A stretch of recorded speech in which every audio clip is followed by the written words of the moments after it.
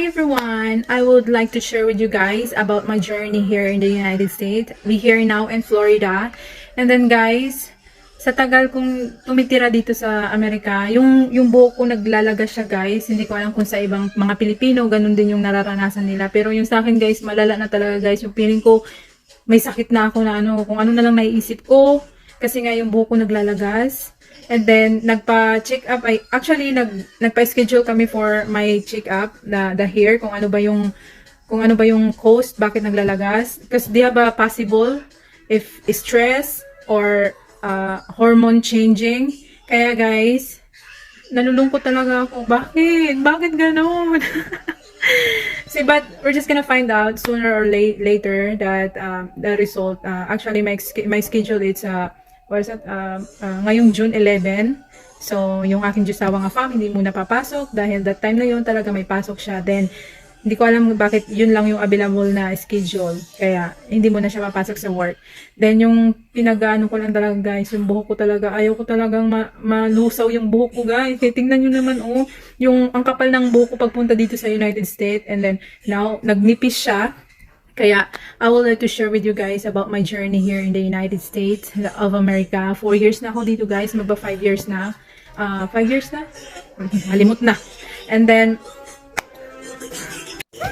comment na lang kayo sa baba guys kung anong shampoo ginagamit nyo or kung anong mga ingredients dyan na mabisa magpakapal ng buhok or kung anong mga need kailangan para kumapal ulit yung buhok. Kasi kung nakikita nyo guys, may mga space na siya na kasi sobrang dami talaga yung yung nalalagas everyday talaga guys, or sa kada suklay ko may nalalagas talaga na buhok. Although normal lang naman yun, pero yung sa akin guys, hindi na yun normal kasi as in ang dami talagang pag isang suklay mo lagas lahat ng buhok guys.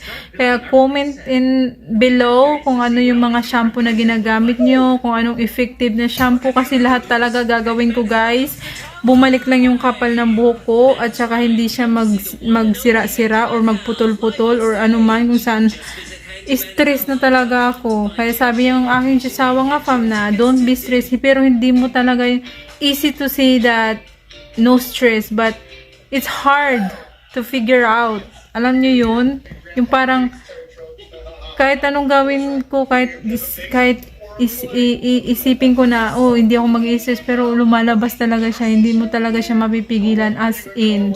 Kaya yung sabi ko sa Diyosawa nga fam ko, pag hindi tumigil yung buhok ko kakalagas, maybe I would go back to Philippines and I would stay in the Philippines for a while, like 4 months, 2 months.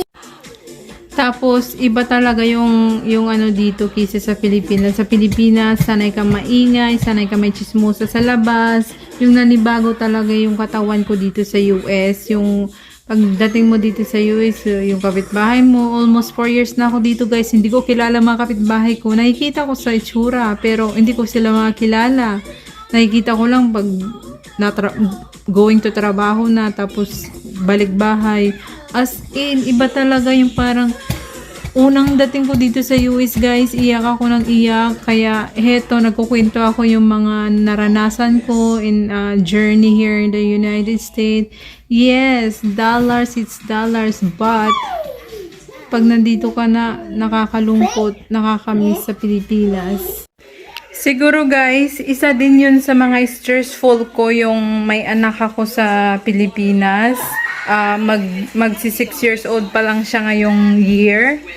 And then, isa din yun lagi kong iniisip na sana makuha ko na siya, sana mabilis yung processing ng papers niya para nandito na kami together. Siguro isa din yun guys na nakakapag-stress sa akin, kaya naglalagas yung buko. Hindi mahirap yung stressful ka guys, alam nyo yun. Ranas natin yun mga Pilipino dito sa United States. Hindi madali ang buhay. Yung mga kamag-anak natin sa Pilipinas, iniisip nila pag nandito ka sa US, mayaman ka na, marami ka ng pera dahil may trabaho ka. Pero ang hindi nila alam, yung nararanasan natin dito mga Pilipino, struggle, hirap din kasi ang bayaran dito mahal kumpara. Mahilig tayo mag equivalent ng dollar to piso, pero US to guys, US dollars yung ginagastos, hindi piso. Yes, maganda dito magtrabaho pag nandito ka sa US and then mag-ipon ka sa Pilipinas at saka makapagpundar ka, and then after ka mag-retire, may sarili ka ng bahay, relaxing ka na. Pero sa ngayon habang nagtatrabaho ka pa, hindi ganun yun. Kaya Simpa, this is it. Hirap talaga ng buhay, promise. Lalo na ngayon wala akong trabaho dito sa United States kasi nagbabantay ako ng anak ko. Hindi kasi yan pwede iwanan pag hindi pa siya nagsasalita ng talaga kompleto. Kasi hindi mo alam kung ano yung activities nila sa school or binubuli ba siya. Kasi ito pa lang to, 3 years old si Mali. Sige na, si hi to mommy video. Si hi. Si hi. Love you guys. Love you. Yes, at 3 years old pa lang siya. Yung salita niya, yung parang hindi pa talaga as in makakapagsumbong na, Mommy, Daddy, ito yung activity namin sa school, may nag-aaway sa akin. Yung parang nag-worry pa rin ako. Of course, as a Filipino, ganun naman tayo, di ba? Hindi katulad dito sa Amerika, okay, kahit 2 years old, sinisend na nila sa nursery, pero ako, hindi. Nakapagsalita, hindi pwede. Say bye-bye guys. Dito na lang. Thank you for watching everyone. Comment lang guys if anong shampoo ang gamit nyo, please naman.